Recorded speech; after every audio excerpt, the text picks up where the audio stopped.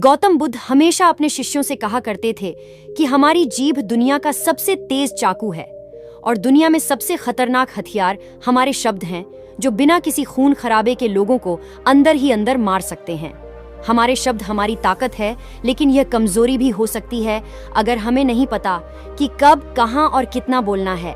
यदि हम सही समय पर सही इरादे से सही शब्दों का प्रयोग करते हैं तो यह हमें एक सफल व्यक्ति बनाते हैं, लेकिन अगर हम सही समय पर सही इरादे से सही शब्दों का प्रयोग नहीं करते हैं तो यह हमारे जीवन को नर्क से भी बदतर बना सकते हैं। तो आज मैं आपको मौन पर एक कहानी सुनाऊंगी और यह कहानी आपकी जिंदगी बदलने वाली है। ये कहानी आपको मौन की शक्ति का एहसास कराने जा रही है। जापान में एक बहुत प्रसिद्ध बौद्ध भिक्षु थे जिनका नाम दीजाय था। वह दुनिया के शोरगुल से दूर जंगल में अकेला रहता था और वह बहुत ही ध्यान मग्न व्यक्ति था, इसलिए वह पूरे जापान में बहुत प्रसिद्ध थे। और एक दिन उनके पास एक राजकुमार आया।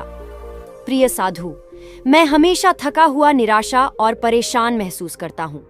मेरा मन बहुत बेचैन रहता है। हालांकि मेरे पास सब कुछ है, धन, प्रसिद्धि और सभी विलासिता जो एक व्यक्ति अपने लिए ख्वाहिश रखता है, लेकिन फिर भी मेरे अंदर शांति नहीं है। तो साधु ने कहा, आपको इसका उत्तर पता है, लेकिन आपने कभी इसकी खोज नहीं की। साधु ने कहा कि मैं एक प्रयोग करना चाहता हूँ। क्या आप वह प्रयोग करना चाहेंगे? इस प्रयोग के बाद आपके जीवन में कोई अशांति और चिंता नहीं रहेगी। यह सब सुनकर राजकुमार बहुत परेशान हुआ, लेकिन उसने साधु से कहा कि मुझे बताओ कि मैं क्या करूँ। मैं अपने मन की शांति के लिए कुछ भी करने को तैयार हूँ।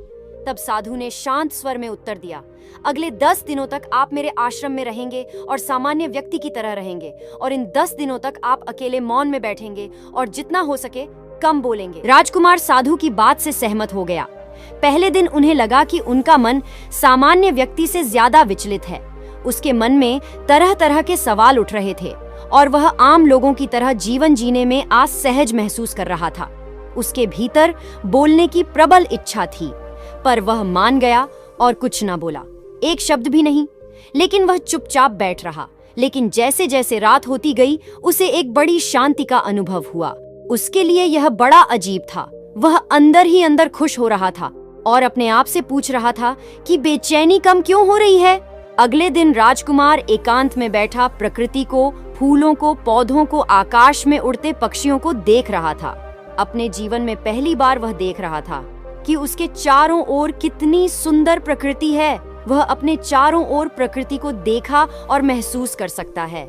इस तरह एक हफ्ता बीत गया और उसके मन की सारी बेचैनी, सारी उथल पुथल, सब कुछ गायब हो गया। 8वें दिन की सुबह राजकुमार की अपने आप आंखें बंद होने लगीं और वह गहरे ध्यान में डूब गया। उसने आंखें बंद की, गहरे ध्यान में चला गया। कोई चिंता नहीं थी, मन में शांति थी। राजकुमार को भीतर ही भीतर गहन शांति का अनुभव होने लगा। बाकी के 2 दिन गहरे ध्यान में बिताने के बाद राजकुमार खुद को एक बौद्ध भिक्षु के सामने पेश करता है। राजकुमार ने साधु से कहा कि प्रिया साधु, मुझे उत्तर मिला कि मेरा मन इतना शांत क्यों है। उन्होंने कहा कि मुझे पता चला कि मेरा मन इतना विचलित और अशांत क्यों था। फिर उन्होंने पूछा, बताओ क्या जवाब मिला। राजकुमार ने कहा कि मैं जरूरत से ज्यादा बातें करता था और दिन भर लोगों पर ऊर्जा बर्बाद करता था और उनके बारे में अकेले ही सोचता था और ज्यादातर समय उनके बारे में नकारात्मक ही सोचता था। इस प्रकार मेरा समय नष्ट हो रहा था और अधिक बातें करने और सोने से मेरा मन अशांत हो गया था। इस वजह से मैं कोई भी काम अच्छे से नहीं कर पाता था, जिसके कारण मैं लगभग हर काम में असफल होने लगा था और निरंतर असफलता ने मुझे और अधिक उदास और चिड़चिड़ा बना दिया और इसने मेरे जीवन को और नष्ट कर दिया। लेकिन यह 10 दिन बिल्कुल अलग थे। अब ऐसा लग रहा है कि अपनी जिंदगी को पूरी तरह से जी रहा हूँ और इससे पहले मैं अपनी जिंदगी गलत तरीके से जी रहा था। यह भी सीखा कि हमें ध्यान करने की आवश्यकता नहीं है, ध्यान अपने आप हो जाता है।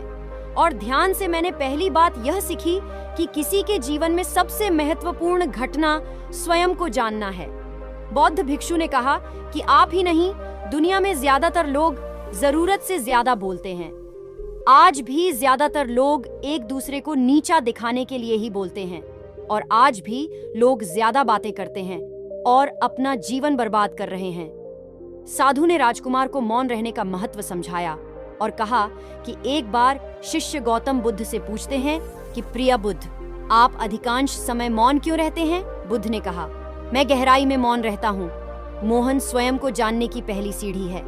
यदि आप मौन नहीं रह सकते हो तो स्वयं को जानना असंभव है। स्वयं को जानने की पहली सीढ़ी मौन है।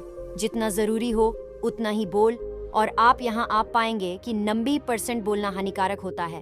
नहीं बोलते तो अच्छा था, 90% मुश्किलें कम हो जाएंगे। अगर लोग थोड़ा सा चुप हो जाएं, झगड़ा कम जाए, अशांति कम हो जाए। बस तुम दोनों चुप रहना सीख जाओ।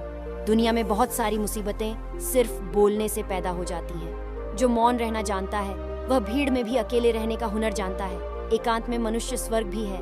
दूसरों की उपस्थिति बेचैनी पैदा करती है। पहले अपने साथ मौन धारण करो, फिर अपनी ऊर्जा को मोड़ में आने दो, मन को घर आने दो। जब आप दूसरों की उपस्थिति से उठते हैं और परेशान हो जाते हैं तो उचित है कि आप अपनी आंखें बंद कर लें और अपने आप में खो जाए। तुम वहां से भी ताजगी पाओगे, क्योंकि तुम्हारे जीवन का स्रोत वहीं छुपा है, वह किसी और में नहीं। तो आप पाएंगे कि आपका मन बोलने से भी नहीं बनता, वह निरंतर तुम्हारे भीतर बैठी उसकी एक अंतर्धारा बनी रहती है। तुम बोलो लेकिन अपने को मत छोड़ो। आप शब्दों का प्रयोग भी करते हैं लेकिन अपनी चुप्पी नहीं तोड़ सकते। तब तुम्हारी वाणी में सुगंध होगी, फिर तुम्हारी वाणी में विशालता होगी, जो तुम्हारे बोलने का संगीत होगा। सब ठीक हो जाएगा। आप बोलेंगे तो दूसरे ठंडा पड़ जाएंगे। भीतर से मौन होते ही आप इतने शक्तिशाली होने लगते हैं कि समाज की पराधीनता छोड़ने लगते हैं, और आपकी जिंदगी में एक ऐसा मजा आता है जो सिर्फ दीवानों की जिंदगी में होता है।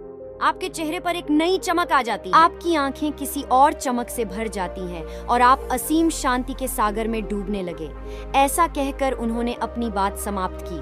दोस्तों, आपने भी अनुभव किया होगा कि ज्यादा बातें करने से मन अशांत हो जाता है। हम अपने मन के साथ साथ अपने ज्ञान पर भी नियंत्रण खो देते हैं। जो लोग बहुत अधिक बातें करते हैं उनमें किसी एक कार्य पर ध्यान केंद्रित करने की क्षमता नहीं होती है, इसलिए वह अपने किसी भी लक्ष्य पर पूरी तरह से केंद्रित नहीं होते हैं, और वे जीवन की सच्चाई को नहीं समझ पाते हैं और न ही कभी मनचाही सफलता प्राप्त कर पाते हैं। इसके अलावा आपने देखा होगा वह लोग अक्सर लोगों के बीच हंसी का पात्र बन जाते हैं, और जो कम बोलते हैं और अपनी बात पर टिके रहते हैं उन्हें सम्मान मिलता है। वो जो कहते हैं उसे सुनते हैं और विश्वास करते हैं, और अशांत मन वाला व्यक्ति जीवन में किसी भी कार्य में सफल नहीं हो पाता, क्योंकि उसका किसी भी कार्य में मन नहीं लगता। अगर कोई व्यक्ति जानता है कि उसे कब, कहां और क्या कहना है तो वह वास्तव में बहुत बुद्धिमान है। ऐसा व्यक्ति जहां भी जाता है आकर्षण का केंद्र बन जाता है और जो कुछ भी करता है उसमें सफल हो जाता है। यदि हम महान व्यक्ति के व्यक्तित्व को देखें तो पता चलेगा कि वह कम बोलते हैं और कम से कम शब्दों में अपनी बात समाप्त करते हैं। वह बोलने से पहले गहराई से सोचता है कि उसे क्या कहना है।